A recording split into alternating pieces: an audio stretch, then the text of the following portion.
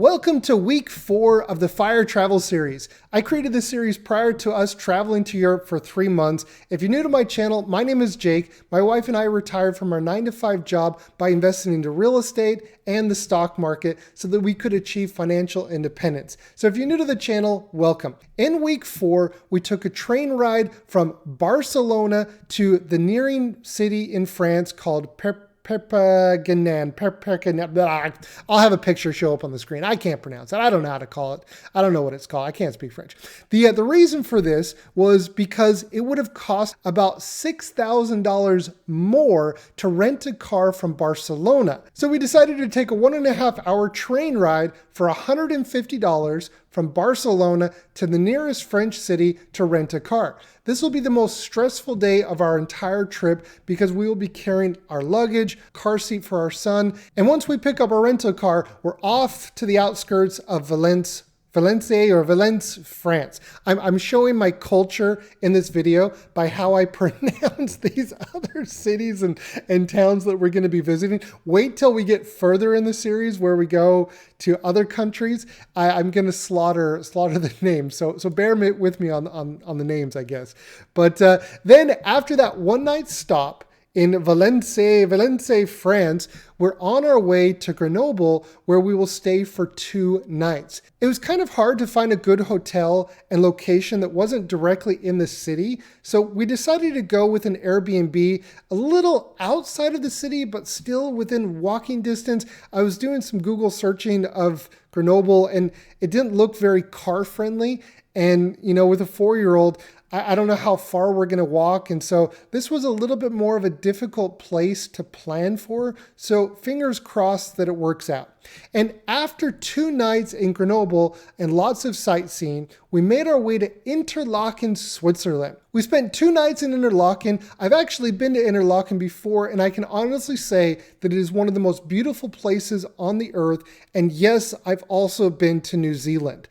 That's saying something. We took the gondola up to Grindelwald and visited the famous waterfall city of Lauterbrunnen. If you're on Instagram and if you've seen really beautiful waterfalls, probably one of them were from the city or town of Lauterbrunnen. In the first video of this travel series, I talked about the hotel costs.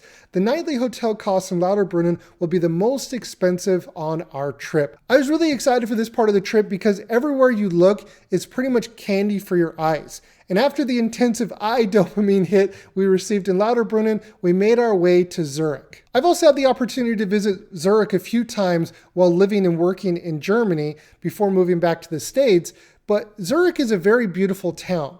While staying in Zurich, we'll drive to the neighboring off the beaten path small towns because Zurich itself, it's very expensive. It is a beautiful town, but I was more interested this time around to go to the outskirts of Zurich. And the hotel costs in Zurich would have been insanely high, but we used hotel sign-up bonus points for these nights. And that's part of the reason why we stayed in Zurich and not an outside town, is we got to stay, in the hotel for free using points. So that's why we went to Zurich.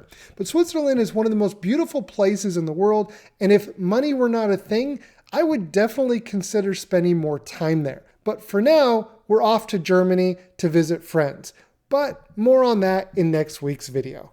I'm excited to share that this video is presented by Snowball Analytics. Snowball Analytics is a tool that I use to analyze my dividend portfolio. You can check them out with the link in the description below and use promo code DGI to get the very best pricing. Someone asked the question, I'm really curious to hear about the reactions that your friends, family, coworkers, boss, etc. had after you announced that you were retiring at such a young age, especially your boss's reaction when you put in your notice. I don't know why, but I love to hear those types of stories, but they are seldom shared. To answer your question, you aren't alone because I also really like hearing those types of stories as well. When it comes to my story, it didn't turn out as I had hoped and planned. Unfortunately, I was laid off from my job during the tech layoffs in 2023. So I never got to call up my boss and say, hey boss, I quit. And trust me, I was dreaming about that day for years. And I'll be very honest with all of you that this was really disappointing because, when I first started, pursuing F.I.R.E, I had dreamed about that day when it would come that I would be able to say, hey boss, I quit. But unfortunately, that day never came. And, I still am coping with that. I've joked before that I wanted to get another job just so that I could quit and, have that experience. But it is what it is. After the layoffs, a few people reached out to me and asked what I was going to do. And I told them that my investments pay me enough so that I don't have to find a new corporate job. And when I said that, I could, this was over the phone, I could hear in their voices that they were confused and a little caught off guard. They wished me all the best and congratulated me. I could tell in their voices that they just didn't really know what to say because they had never heard someone say that before. So, it's a little bit of kind of going through the motions, right? When someone quits, you kind of go through the same routine, the same kind of type of conversation. Oh, mixed feelings. We're sad and happy to see you go because it means the next adventure for you, yada, yada, yada, all that corporate BS. I'm so glad I'm out of that crap. But, you kind of go through the motions because it happens so much. Oh, you're leaving. Oh, I'm so sorry to see you go. Where are you going? Okay. It's also very American, very superficial, but at least, it's also like that in Europe. When I was in Europe, it's also a little superficial, but the conversation itself is a little bit superficial unless they're your really close friends. At least that's how I saw it. So my experience didn't pan out as I had planned or dreamed it would, but that's okay. My wife, on the other hand, just experienced this before we left on our trip. My wife had been at the same company for the last 7 years, working with the same person and team for the most part, and she said that her boss was surprised and didn't really know what to say. And I kind of asked her, well, tell me more.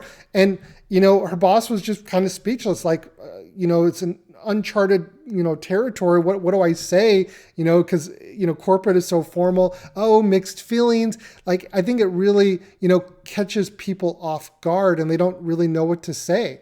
And, that's just how it is. And when it comes to family, my parents didn't really believe it at first when I told them that we were moving back to Utah, and they wouldn't really believe it until they saw it. And I think my mom is still coping with the new reality. My mom didn't believe it until we actually got there and arrived back into Utah. So that was kind of fun. And now when it comes to friends, this is a little bit sad, but I try and downplay it a bit because I don't want them to look at me differently.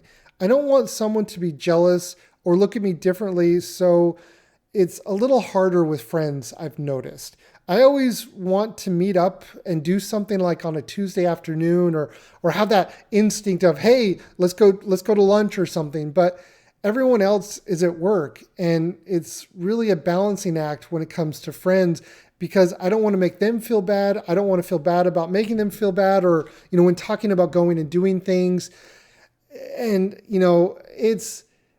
it's really an adjustment period, I would say, with friends, because you're in this routine. You see them maybe at night or on the weekends, and that's it. And so that was the biggest adjustment that I noticed was with friends. And I think most people are just caught off guard because they never thought it was a thing or that people could even do something like that. It almost feels like you're looked at as a rule breaker, like retiring before everyone else is somehow breaking an unwritten rule or something. And I've never been a real big rule breaker, but in this case, I'm very happy to break the cultural norm and retire early. But yeah, I'd love to hear your thoughts. If you haven't already, go check out Snowball Analytics, and thank you so much for watching, and I'll see everybody in next week's video.